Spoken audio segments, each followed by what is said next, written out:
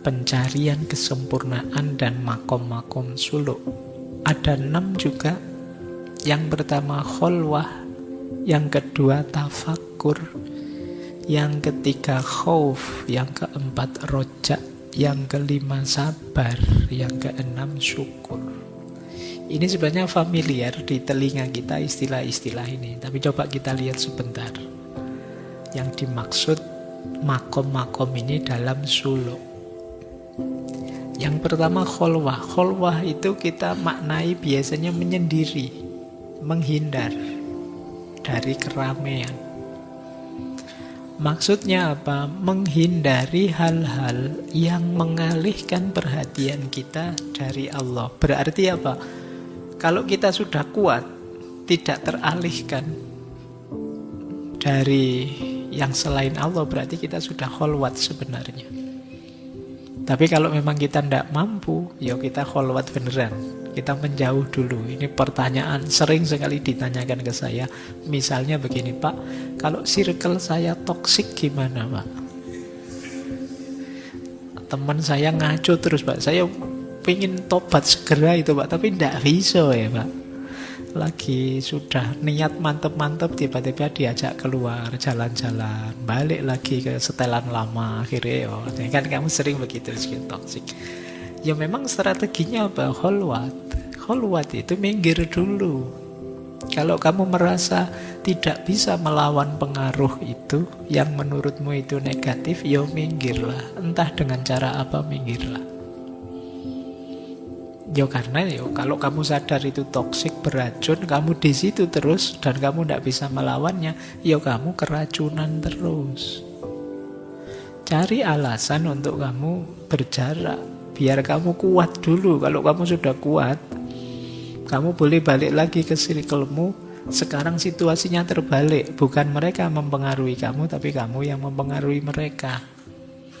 Kalau situasinya seperti ini sih jalan saja sudah, tidak apa-apa. Nah, sementara kalau kamu masih belum kuat, minggirlah. Itu yang disebut kholwat. Kalau kamu masih belum tahan godaan, minggir. Jadi karena kalau kamu nengah terus, ya tergoda terus. Kamu tidak bisa melawannya. Nah, dalam kholwat ini apa yang dilawan? Yang pertama, objek-objek indrawi. Kesenangan-kesenangan material. Ini sering memalingkan perhatian kita dari Allah. Yang kedua, situasi batin kita. Kadang cinta atau benci seseorang, itu kan mempengaruhi kita dari Allah. Saking senangnya atau saking bencinya, kita sampai lupa pada Allah. Saking tidak senangnya sama orang, misalnya kita tabrak semua yang dilarang oleh Allah, kita maki-maki, kita menyumpah-nyumpah, kita nyusah-nyusah melakukan hal yang dibenci orang dan lain sebagainya. Kita lupa pada Allah. Jadi dorongan batin atau asumsi batin itu sering justru mengalihkan perhatian kita dari Allah. Yang ketiga, pikiran-pikiran ilusif, kata beliau. Pikiran ilusif itu pikiran yang tidak penting, ilmu yang tidak manfaat, tidak ada gunanya, kamu masukkan semua di kepalamu. Informasi yang tidak ada gunanya kamu masukkan semua di kepalamu. Itu mengganggu kita.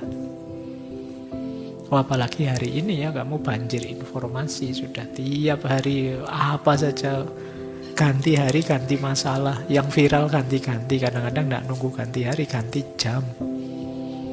Tadi sebelum berangkat ngaji yang viral apa, nanti pulang sudah ganti lagi yang viral apa. Dan kepalamu penuh dengan itu semua. Lo kapan terus kamu sibuk sama Allah? Tidak ada ya kamu ngajak temenmu, yuk jalan yuk sebentar, saya masih sibuk nih. Sibuk ngapain? Sibuk sama Allah. Tidak ada ya.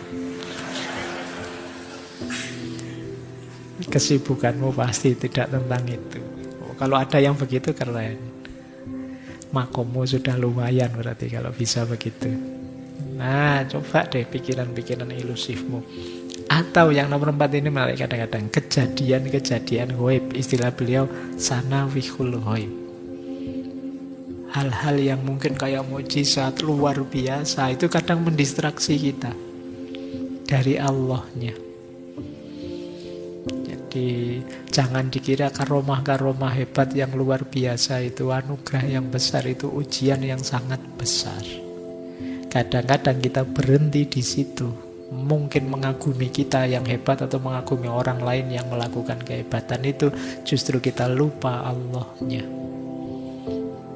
Nah, itu sanawihul ghaib. Kalau sudah begitu, minggir saja.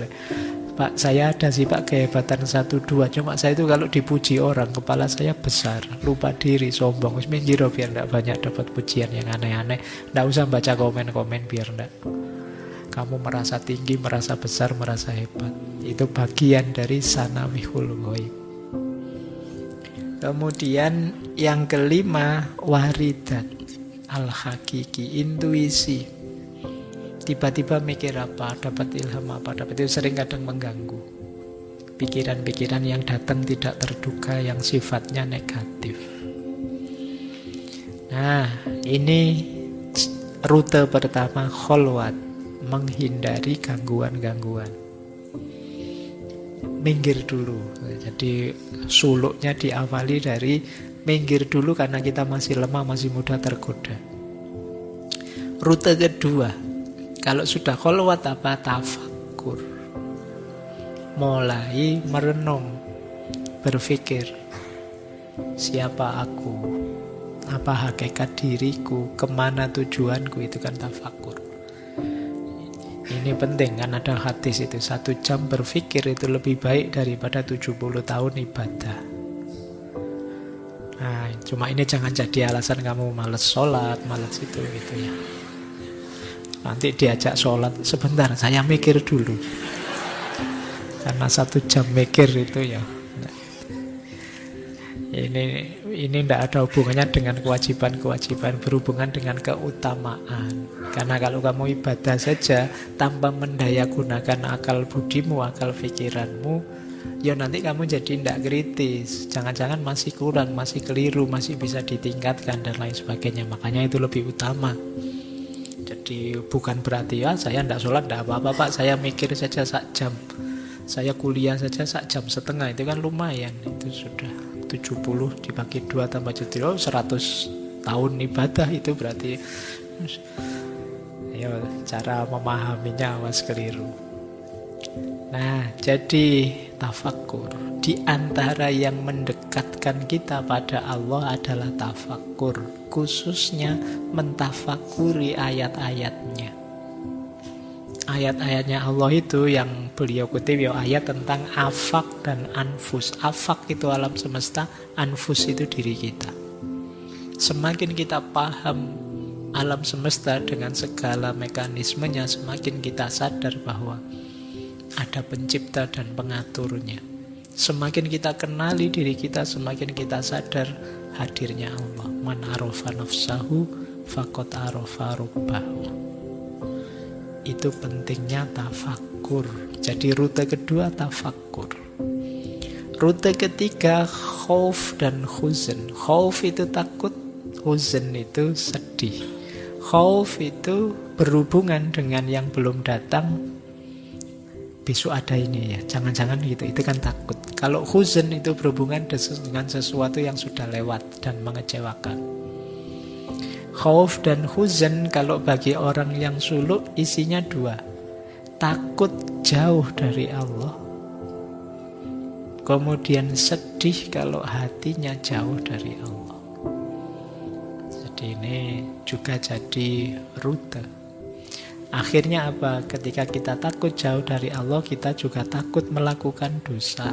Takut kehilangan kesempatan melakukan kebaikan yang mendekatkan kita pada Allah.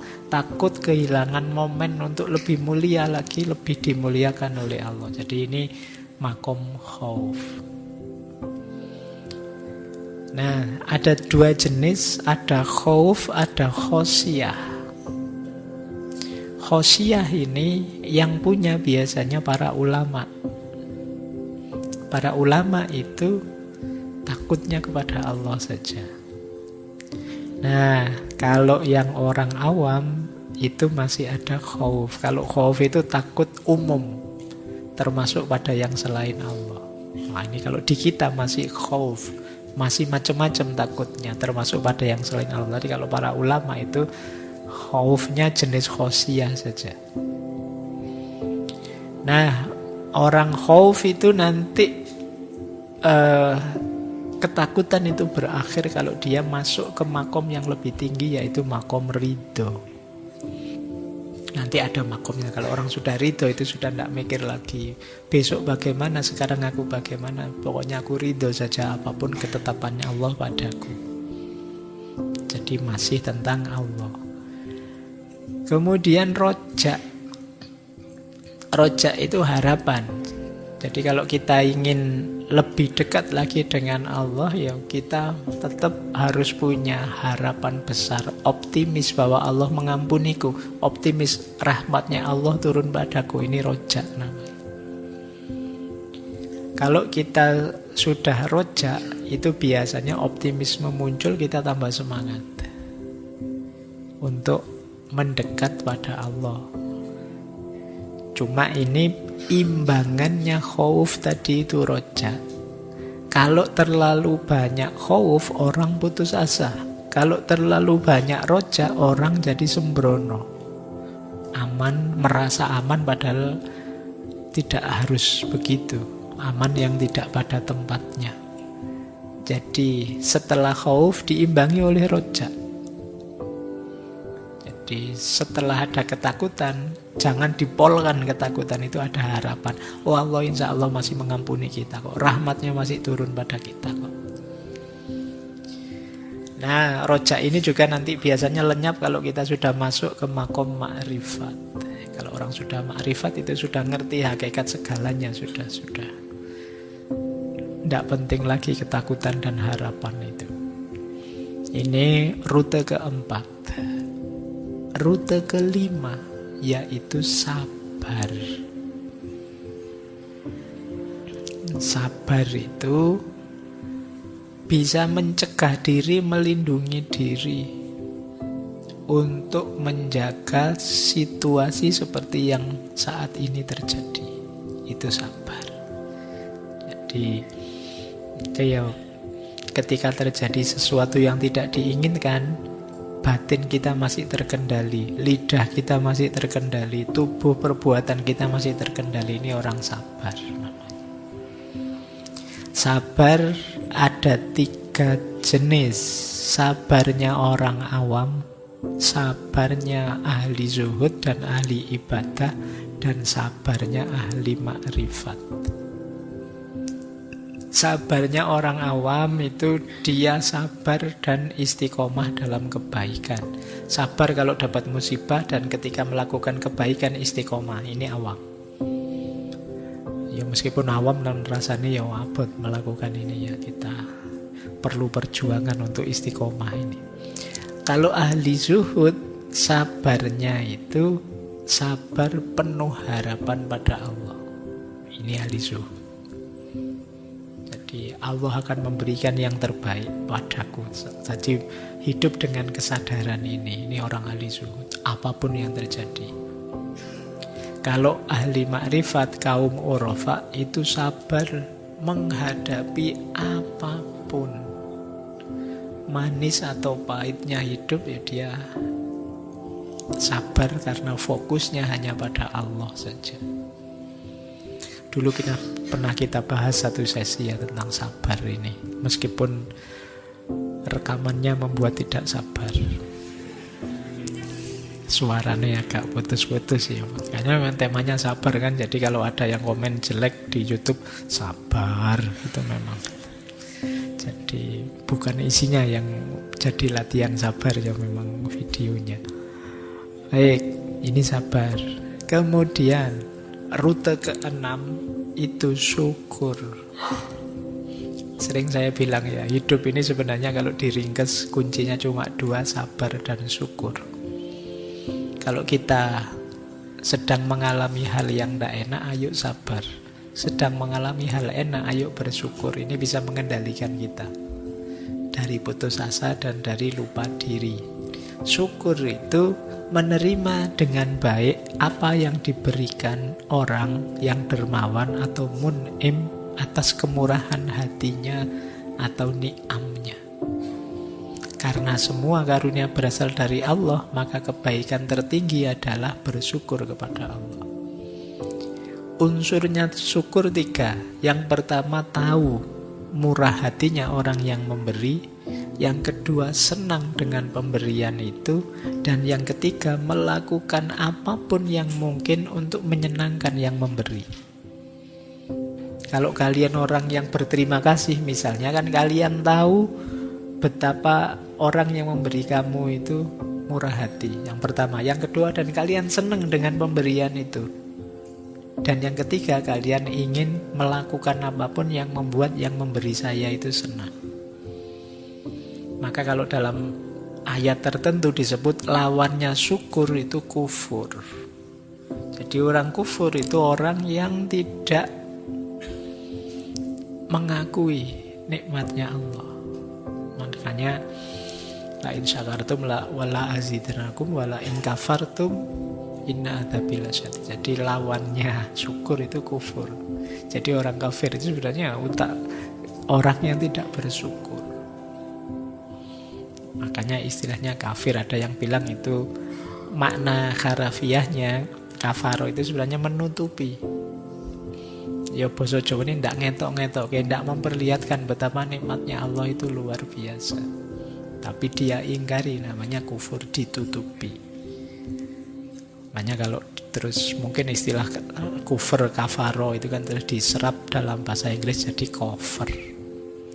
Cover itu kan tutup. Bed cover itu kan tutupnya kasurmu, dipanmu. Jadi itu kan istilahnya sama. Jadi kufur, kafir, kufur. Jadi kalau kalian tidurnya di atas bed cover itu tidur di atas kekafiran.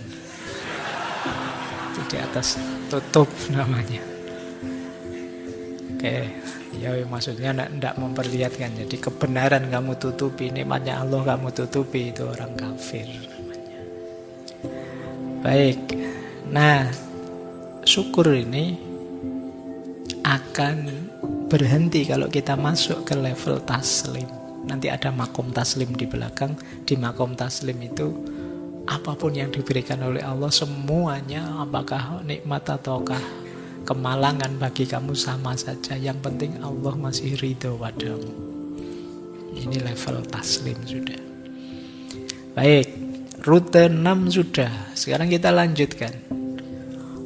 Masih ada 6 lagi makom sebelum hakikat. Nanti hakikatnya ada lagi. Sebelum hakikat ada 6. Yang pertama irodah, yang kedua syauk, yang ketiga mahabbah, yang keempat makrifat, yang kelima yakin, yang keenam sukun. Yang pertama irodah. Irodah itu artinya keinginan, menginginkan. Tentu saja seorang salik yang diinginkan Allah saja. Kalau kalian sudah di makom irodah, kamu tidak ingin apa-apa lagi dalam hidup ini, hanya Allah saja yang kamu inginkan. Jadi irodah ini kalau ditunda, keinginanmu belum terpenuhi, akan lahir makom selanjutnya namanya syauk. Kalau terwujud, akan muncul makom lebih tinggi lagi namanya mahabbah. Jadi ada rutenya ya, keinginan, kerinduan, dan cinta. Ini 3 aspek. Jadi irodah, menginginkan Allah. Ketika ini belum terpenuhi, muncul syauk, kerinduan. Semakin lama kok belum dekat, aku pingin segera dekat, kok tidak dekat-dekat. Itu kepingin terus muncul syauk, kerinduan yang dalam untuk segera bertemu Allah, segera dekat dengan Allah. Ini makom yang lebih tinggi. Kok terus sukses, bisa dekat terus bersama-sama dengan Allah, maka lanjut ke makom selanjutnya namanya mahabbah. Ini sudah kita sering menjelaskan ya, makom mahabbah ini di Robiah Al-Adawiyah dan lain-lain. Ceritanya banyak. Jadi mahabbah ini satu perasaan yang dalam karena bertemu dengan kesempurnaan atau yang dianggap sempurna. Bertemu dan dekat dengan Tuhan. Coba kita lihat beberapa pandangan beliau tentang cinta sebentar. Yang pertama, cinta itu ada dua jenis. Ada yang fitri, ada yang kasbi. Fitri itu muncul secara naluriah, kalau kasbi itu diupayakan. Kalian jatuh cinta pada pandangan pertama fitri, natural. Kalau kalian tresno kuwi jalaran saka kulino itu kasbi, perolehan. Karena sering bareng atau tiap hari kamu gelibet aja di situ terus jatuh cinta, senang. Diupayakan. Kamu misalnya ingin membuat lawan jenismu jatuh cinta, terus kamu rayu, kamu kasih hadiah, kamu sok perhatian tiap hari, terus nah itu terus dia seneng jatuh cinta beneran, itu kasbi namanya. Nah, jadi biasanya strateginya kasbi, kalau naluri kan memang sengaja muncul, itu anugerahnya Allah. Tapi kalau yang kasbi ini iming-imingnya apa? Kebahagiaan dan keuntungan. Jadi, wah saya harus mencintai Allah ini karena di situ ada kebahagiaan, ada keuntungan dan lain sebagainya. Atau ada kesamaan. Saya tenang di situ karena sama. Nah, maka cinta itu bisa naluriah, bisa perolehan, kasbi. Sumbernya dua, ma'rifat dan karunia. Ma'rifat itu pengetahuan kita tentang Allah terus membuat kita jatuh cinta.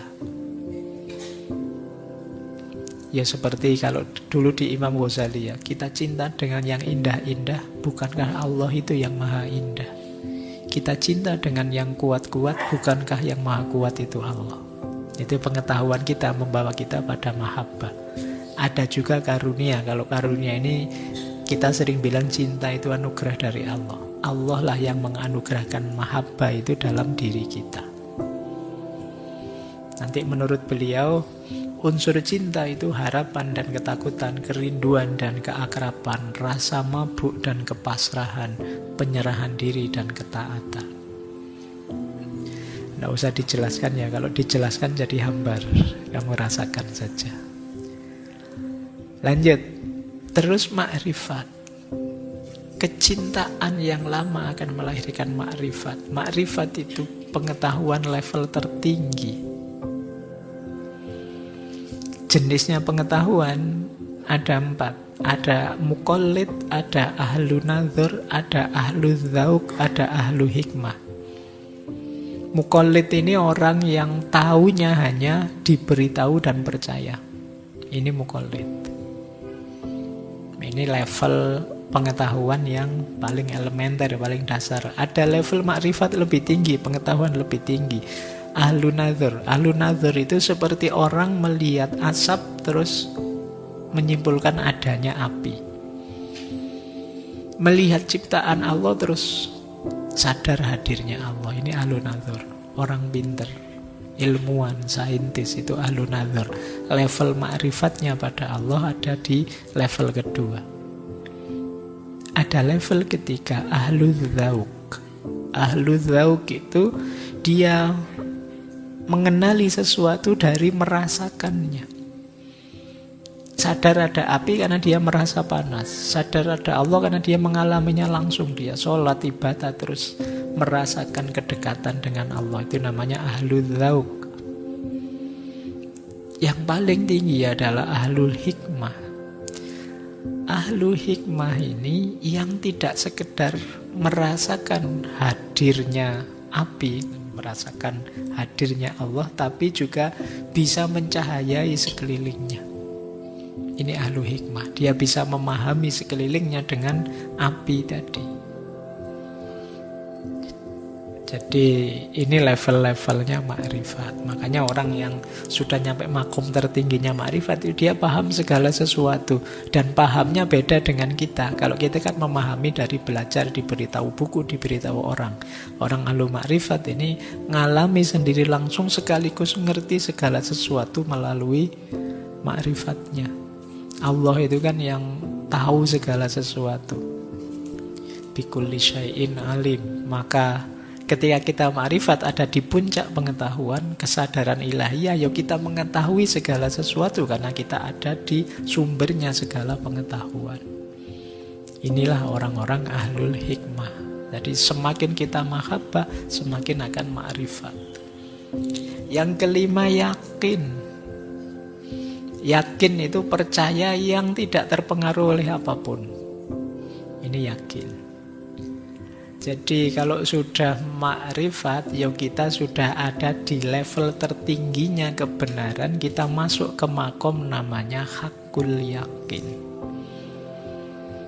Jadi kan dulu kita jelaskan ya, keyakinan itu ada 3 level, ada ilmul yakin, ada ainul yakin, ada hakul yakin. Ilmul yakin itu misalnya saya tahu bahwa saya nanti akan diberi kopi. Biasanya memang begitu, itu ilmul yakin. Tapi begitu saya di sini kemudian melihat kopi, ini ainul yakin. Hakul yakin itu terus saya minum. Iya memang kopi pahit. Nah, jadi ngerti sendiri. Dan kalau sudah begini tidak bisa dibantah. Ainul yakin pun itu mantap, tapi orang masih bisa membantah. Jangan-jangan cuma kelihatannya kopi Pak, jangan-jangan teh yang terlalu hitam atau apa, kan bisa begitu ya. Kita tak rasakan nih. Hakul yakin juga begitu. Orang yang mengalami kebenaran tidak sekedar melihat atau memahami kebenaran. Ini level tertingginya makom. Kalau sudah nyampe di yakin, pasti kita ada di sini. Yaitu apa? Sukun. Jiwa jadi tenang. Wah, ini melanjutkan bulan lalu ya. Kalau di tasawuf itu sampai ke makom tenang itu melalui sekian puluh makom tadi. Tidak bisa sekedar dimanipulasi pakai teori-teori di minggu kemarin. Jadi sukun itu tenang. Kalau dalam bahasa Arab ada 2 istilah, ghaflah dan itmi'nan. Ini sama-sama tenang. Kalau ghaflah itu tenang tapi negatif. Ketika kita tidak peduli dengan apa yang terjadi, itu ya tenang sih. Saya tidak ngerti apa-apa, cuek saja. Itu tenang yang negatif, namanya ghaflah. Tapi ada tenang yang positif, tumakninah, itmi'nan. Tenang yang positif, tenang yang karena kita tahu hakikat. Jadi yang macam-macam tidak menggoda kita, tidak menarik kita lagi. Hidup kita sudah ada di ranah yang pokok, yang hakiki. Ini sukun namanya. Nah, ini kalau kita sudah tenang, ini kita hampir ada di puncak perjalanan. Sebentar lagi kita ketemu.